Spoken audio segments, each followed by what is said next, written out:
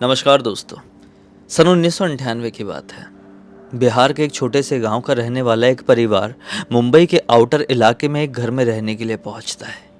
अचानक से इस पुराने से घर में उनके साथ कुछ ऐसा घटने लगता है कि उनकी पूरी जिंदगी बदल जाती है। अरे बदल क्या, पूरी तरीके से बर्बाद हो जाती है। आज एक ऐसी घटना की कहानी लेकर आया हूं जिसे सुनने और ध्यान से इमेजिन करने के बाद आप अपने ही घर के ऊपर शक करने लगेंगे।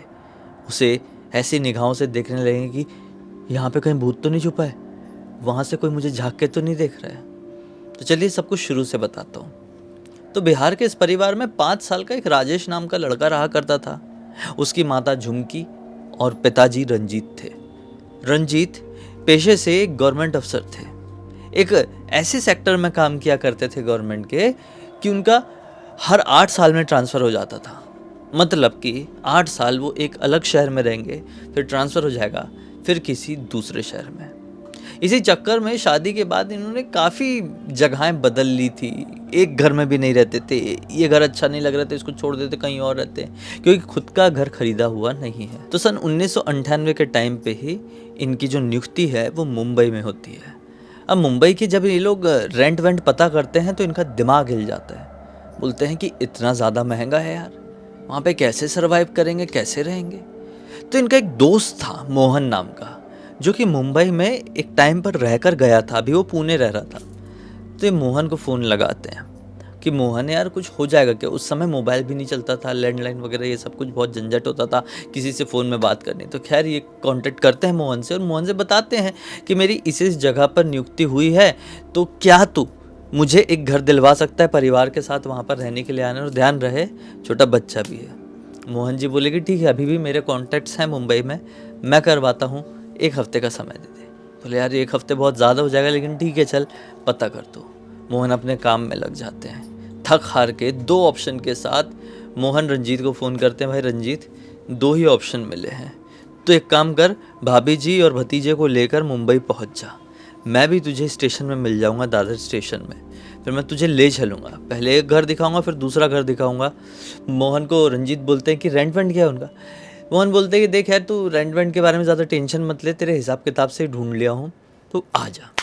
बोले ठीक है चलो। ये अपनी ट्रेन पकड़ते हैं और पहुँच जाते हैं। 2 सूटकेस रखे हुए हैं भारी भारी। दादर स्टेशन में मोहन मिल गए हैं। मोहन सबसे पहले दादर इलाके में ही मौजूद एक घर की तरफ इनको लेकर जाते हैं। दिखाते हैं घर तो बहुत ही शानदार था। इतना अच्छा लग रहा था, बड़ा नहीं था, छोटा था, क्योंकि ये पहली बार मुंबई के घर देख रहे हैं तो इनको थोड़ा अचंभा हुआ, लेकिन फैसिलिटी देखकर ये काफ़ी खुश हुए। और फिर जब रेंट सुने तो इनके कानों से धुआं निकल गया। बोले खरीदना नहीं है भाई मोहन, हमको रेंट पे चाहिए। तो मोहन बोलते हैं मैं रेंट की ही बात कर रहा हूँ। बोले बाप रे, ये हाल है यहाँ पे नियुक्ति हो गई है, कैसा करेंगे यार, कहाँ रहेंगे, स्टेशन में थोड़ी सो सकते हैं। मोहन बोलते हैं कि चिंता मत करो, एक दूसरा ऑप्शन है, अब देखो। तो मोहन अब अपने दोस्त रंजीत को एकदम सेंट्रल लाइन के आउटर इलाके में लेकर आते हैं, बिल्कुल आगे इलाके में। उस इलाके का नाम है आम्बीवली। 1998 के टाइम पे आम्बीवली बिल्कुल भी विकसित नहीं हुआ था। अभी भी थोड़ा थोड़ा धीरे धीरे डेवलप हो रहा है, लेकिन उस समय मतलब पूरा प्रॉपर एक गांव जैसा कह सकते हैं, मुंबई के आउटर इलाके का एक गांव। तो आए देखे घर, बोले घर तो अच्छा है, अब इसका बता दे भाई रेंट। ये रेंट बताते हैं, बोलते चलो सही है। अब जहाँ पर इन लोगों को ये घर मिला है, उस घर के बाजू में ही एक बिल्डिंग में घर मिला है, मतलब फ्लैट मिला है इनको। उस बिल्डिंग के बाजू में ही एक दूसरी नई बिल्डिंग का कंस्ट्रक्शन चल रहा था, और उसकी बहुत ठकर ठकर ठकर ठकर ठकर की आवाज़ चलती रहती थी।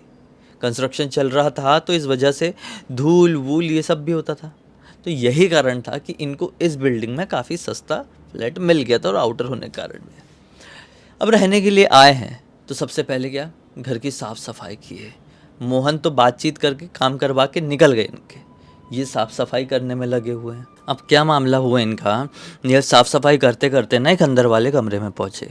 जब इस घर को देखने के लिए आए थे ना, इस छोटे वाले कमरे को इन लोगों ने नहीं देखे थे।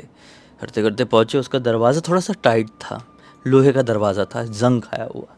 बड़ी मुश्किल से उसको खोले, बोले क्या मुसीबत, दरवाज़ा आ गया यार, इसको अभी सुधराने में अलग खर्चा हुआ। ठीक है, जैसे तैसे करके अंदर घुसे, क्या देखते हैं, उस छोटे से कमरे की एक बड़ी सी दीवार में एक बड़ी सी काली सी शैतानी आकृति बनी हुई है। उस आकृति को देखकर ये लोग टेंशन में आ गए कि ये क्या चीज़ है भाई।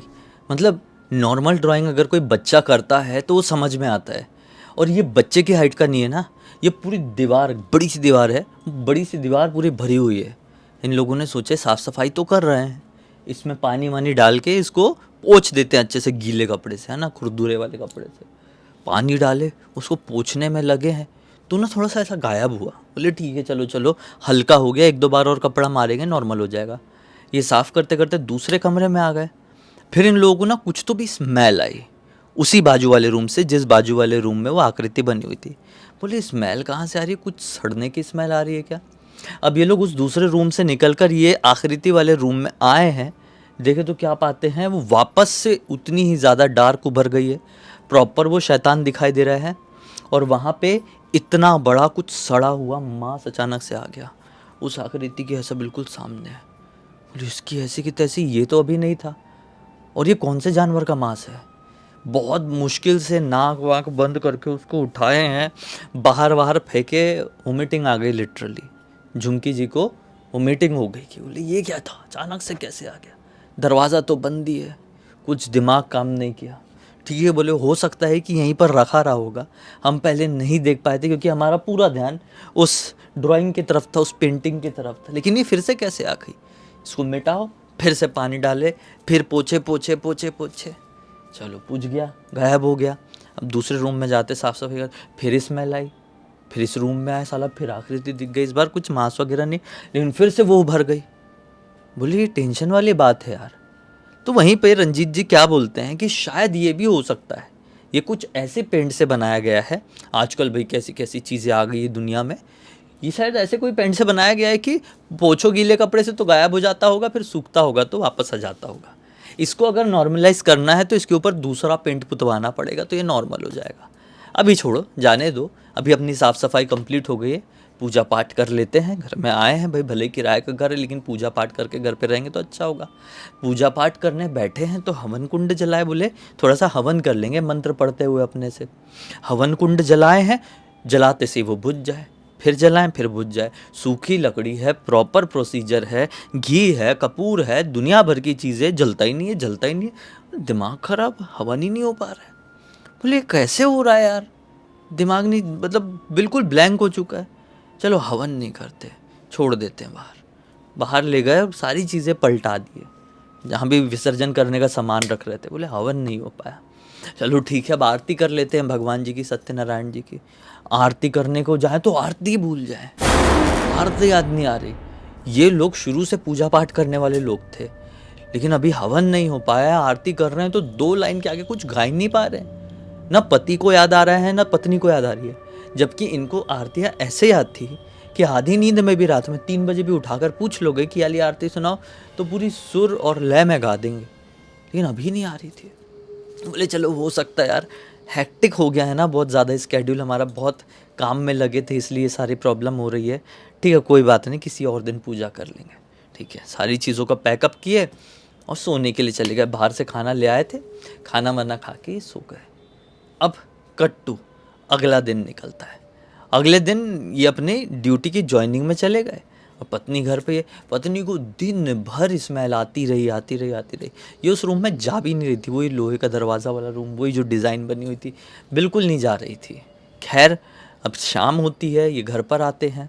ये जब घर पर आते हैं ना, तो पत्नी झुमकी जी अपने पति रंजीत को बताती है कि आज शाम जब हो रही थी ना, मुझे ऐसा फील हुआ था कि घर में बार बार हॉल की तरफ कोई चल रहा है, दौड़ रहा है।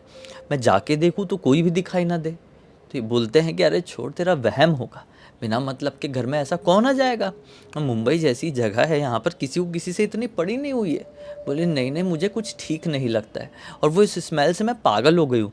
उस स्मेल का, उस कलर का कुछ तो भी करो। वो जो पेंटिंग बनी हुई है, वो शायद पेंटिंग के रंग से ही स्मेल आती है, उसके ऊपर कुछ कर दो ना।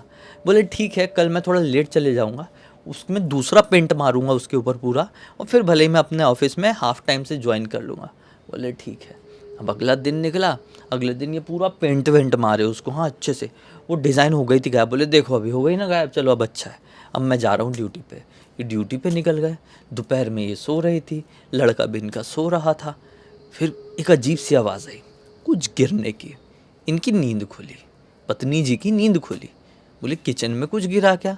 देखते हुए गई तो एक बड़ा सा नेवला, पता नहीं कहाँ से उसने एक बड़ा सा सांप पकड़ लिया था और उससे लड़ रहा था। बोले ये कैसे हो सकता है? एक अपार्टमेंट में, एक बिल्डिंग में, एक फ्लैट में ये नेवला और सांप कहाँ से लड़ने लगे? ये तो एकदम कांप गई थी, हाथ पैर इनके एकदम ठंडे पड़ गए थे। अपने लड़के को उठाए गोदी में और सोची कि नीचे वाले फ्लोर में एक आंटी जी रहती, उनको जाकर बोलती हूँ वो दरवाज़ा बंद करके भागते हुए आंटी जी को ऊपर लेकर आई है। तो क्या देखते हैं सब लोग कि बर्तन वर्तन सब गिरे हुए हैं, लेकिन ना ही कोई नेवला है ना ही कोई सांप है। रेस्क्यूअर को घर पर बुलाया भी जाता है, लेकिन उसको भी नेवला और सांप नहीं मिलते हैं। तो फिर वो क्या था? क्या इनका वहम था? और वहम था तो ये सारे बर्तन कैसे गिरे हुए थे? नहीं पता।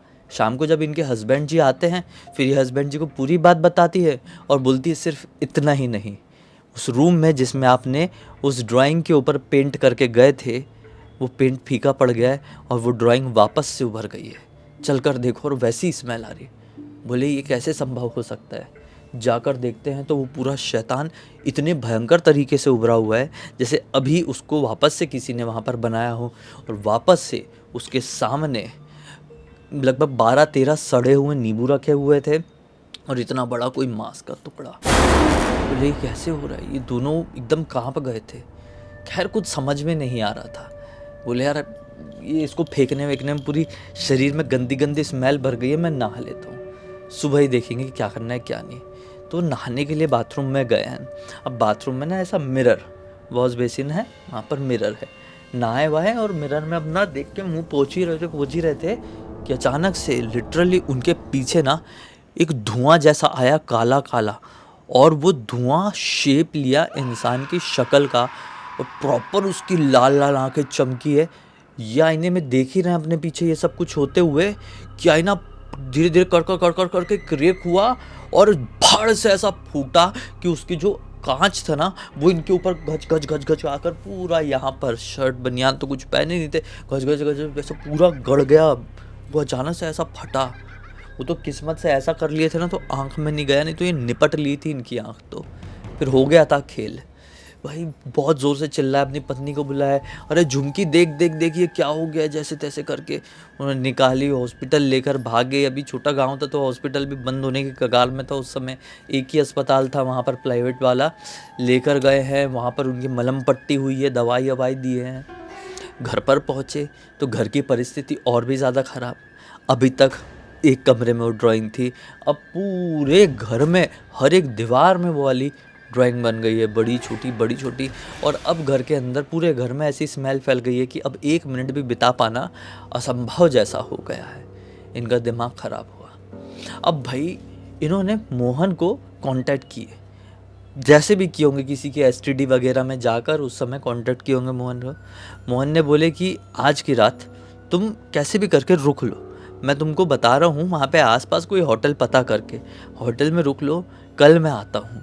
मेरे पहचान में एक पैरानॉर्मल इन्वेस्टिगेटर है। ये बोले ये क्या होता है? मोहन जी बताते हैं पैरानॉर्मल इन्वेस्टिगेटर मतलब ऐसे लोग जो भूत प्रेतों को ढूंढ के ख़त्म करते हैं, वहाँ से भगाते हैं। मैं उसको लेकर आता हूँ, मेरे पहचान का है। बोले ठीक है। तो आज रात ये लोग होटल में रुक गए। अगले दिन पैरानॉर्मल इन्वेस्टिगेटर जब इनके घर पर आता है तो घर नॉर्मल है। वो आकृतियाँ पूरे घर पर नहीं है, सिर्फ इनको दिखाई दे रही थी शायद। वो स्मेल भी अब नहीं आ रही है, लेकिन सिर्फ उस कमरे में पहुँचे, वही लोहे के दरवाजे वाले कमरे में जहाँ पर पहले से वो आकृति थी और बार बार उभर जा रही थी, तो वहाँ पर थी। वो बंदा वहाँ पर बैठा, जो भी उसकी मशीन दुनिया भर की चीज़ें रही होगी, यंत्र वगैरह सब निकाला। थोड़ी देर तक आँख बंद करके उसको पता नहीं कौन सा सिग्नल मिला, एक दीवार की तरफ इशारा किया। बोले दीवार की तरफ, यहाँ क्या है? बोले मकान मालिक को बुलवाओ। अब इन लोगों ने मकान मालिक को बुलवाया। मकान मालिक आया, मकान मालिक से बोला मोहन ने थोड़ा स्ट्रिक्ट होके कि इस दीवार में क्या, आप सही बता दीजिए, नहीं तो हम पुलिस के पास जाएंगे। मकान मालिक बोलता है नहीं ऐसा मत कीजिए, इस दीवार की कहानी मैं आपको बताता हूँ। अब पूरी कहानी बता रहे हैं ये बंदा मकान मालिक। अब स्टोरी बताया कि आप लोगों से पहले जब ये बिल्डिंग नई बनी थी, यहाँ पर कोई दूसरे किराएदार रहने के लिए आए थे।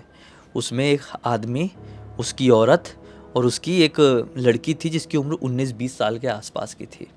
अचानक से आदमी को ना अपने बिजनेस में, वो कोई बिजनेस करता था, कुछ तो भी काम धंधा करता रहा होगा, उसके इस धंधे में बहुत भयंकर लॉस हुआ। इसी लॉस के चलते वो दर दर भटकने लगा कि कोई तो बाबा मिल जाए, कुछ बता दे, कुछ अघोरी मिल जाए, कुछ जादू करवा दे, कुछ हो जाए। इसी दौरान उसको एक काली तंत्र साधना को साधने वाला एक आदमी मिला। उसने बताया कि ऐसा ऐसा करो। कैसा कैसा करो? कि अपने घर पे एक ऐसी शैतानी आकृति बनाओ, उसको माँ अर्पित करो और उसके सामने ये पढ़ा करो, ये बोला करो, तुमको वो मिलेगा। वो आदमी करना शुरू कर दिया। धीरे धीरे करके उसको तरक्की मिलने लगी। तरक्की लेकिन इतनी नहीं मिल रही थी, इतनी फास्ट नहीं मिल रही थी जितनी वो चाहता था। उसके मन में आ गया लालच। वो तांत्रिक के पास फिर से गया, बोला मुझे फास्ट अमीर बनना है, जल्दी, इतना अमीर कि ये पूरी बिल्डिंग खरीद डालो। बाबा ने फिर उसे कुछ ऐसा बताया जिसे सुनकर आपकी रूह कांप जाएगी। उस तांत्रिक ने, उस काली विद्या के साधक आदमी ने इसको क्या बताया कि तू अगर अपनी सबसे प्यारी चीज़ को शैतान के सामने अर्पित कर देगा, मतलब आप समझ सकते मैं क्या कहना चाह रहा हूँ, तो तू जो चाहता है तुझे ओवरनाइट मिल जाएगा। इतना पैसा मिलेगा कि संभाल नहीं पाएगा। इसने बोला कि मेरी सबसे प्यारी चीज़ तो मेरी बेटी और मेरी पत्नी है। बस इसने क्या किया, अपनी बेटी और अपनी पत्नी को रात में सोते समय खच खच खच खच खच खच कर दिया। समझ रहे हो? खच खच खच खच मतलब साफ नहीं बोल सकता। उनको उठाया, ईंट पत्थर दुनिया भर सीमेंट का जुगाड़ करके रखा था। रात में उनको खच खच करने के बाद ईंट से एक दीवार बनाने लगा कि दीवार के पीछे उनको चुनवा दूंगा, किसी को पता ही नहीं चलेगा। चुनवा दिया। अब कैसे पता नहीं चलेगा, वो मिस्त्री तो था नहीं, कैसे ढंग से काम किया होगा। स्मेल बाहर आने लगी। बाहर आते आते आजू बाजू के फ्लैट में पहुंच गई। लोगों ने बोले स्मेल आ रही है, स्मेल आ रही है। पुलिस घर पर आई, पता चल गया दीवार के पीछे ये था। पुलिस वालों ने बोले इसको पकड़ कर लेकर जाएंगे और ऐसी सज़ा मिलेगी जो किसी को आज तक नहीं मिली होगी। उस आदमी को वहीं पर दिल का दौरा पड़ गया, वो भी निपट लिया। खेल ही ख़त्म हो गया। हमारा घर बदनाम। काफ़ी समय तक कोई आया नहीं। फिर मोहन जी आए और आपके बारे में बताए। आप लोग रहने के लिए हमने सोचा कि ऐसी कोई परेशानी नहीं होगी, लेकिन आप इतना सफ़र कर रहे हैं तो आप देख लीजिए, खाली कर दीजिए। मैं जितने टाइम आप रहे उतने टाइम का रेंट काट के आपको पैसे लौटा दूंगा। यही हुआ।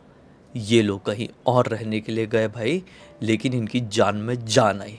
अगर ये सब कुछ इतनी जल्दी, इतनी फास्ट क्लियर नहीं हुआ होता तो पता नहीं कैसी चीज़ इनके ऊपर हावी हो गई होती और फिर क्या करते ये लोग, भगवान ही जाने। वो तो इस पूरी घटना की जानकारी मुझे बताऊं, जो राजेश है, रंजीत जी का लड़का, जो उस समय 5 साल का था, सन 98 में, अब तो बड़ा हो गया होगा, उसके दोस्त ने लिख कर भेजा है। दोस्त का नाम मैं बता रहा हूँ। दोस्त का नाम है हरिपदा। हरिपदा ने सोचा ये चीज़ सबको पता चलनी चाहिए ताकि सभी को सीख मिले और मनोरंजन भी। तो इसी एक नोट के साथ कहानी का अंत कर देते हैं। अब तक देख लिए थे तो बहुत सारे लाइक कर देना, चैनल को सब्सक्राइब कर देना। इंस्टाग्राम, हमारी जो गेमिंग चैनल है और हमारी वेबसाइट है, उस सबके लिंक आपको डिस्क्रिप्शन बॉक्स में मिल जाएगी। इंस्टाग्राम में ऐसी कोई कहानी आपके पास है तो लिख के भेज सकते हैं। हमारे गेमिंग चैनल में आएंगे तो मनोरंजन होगा दुगना, क्योंकि वहाँ पर भी कभी कभी कहानी सुनाता हूँ भूत की। और गेमिंग तो मैं रेगुलर करते रहता हूँ, हर अल्टरनेट डेज़ में वीडियो आते हैं। और हमारी वेबसाइट में आके हमारे प्रोडक्ट्स और सर्विसेज आपको मिल सकते हैं, जिससे आपको काफ़ी फ़ायदा होगा। बाकी हम कल तो यहाँ पर वापस से ऐसे मिल ही रहे हैं। तब तक के लिए बहुत बहुत धन्यवाद। आपका दिन शुभ हो।